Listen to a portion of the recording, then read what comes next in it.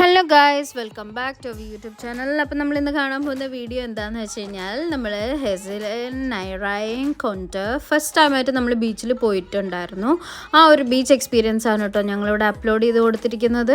ആ കാലിൻ്റെ സൈഡിൽ നിന്നിങ്ങനെ മണലിങ്ങനെ ഉതിർന്നു പോകുന്നത് കാണുമ്പോഴും വെള്ളം ഇങ്ങനെ വന്ന് കാലിൽ തട്ടുന്നത് കാണുമ്പോഴൊക്കെ അവൾ ഭയങ്കര ഹാപ്പി ആയിരുന്നു, ഭയങ്കര എക്സൈറ്റ്മെൻ്റ് ആയിരുന്നു. ഇത് അവളുടെ ഫസ്റ്റ് എക്സ്പീരിയൻസ് ആണ് കേട്ടോ ബീച്ചിൽ പോയിട്ടുള്ളത്.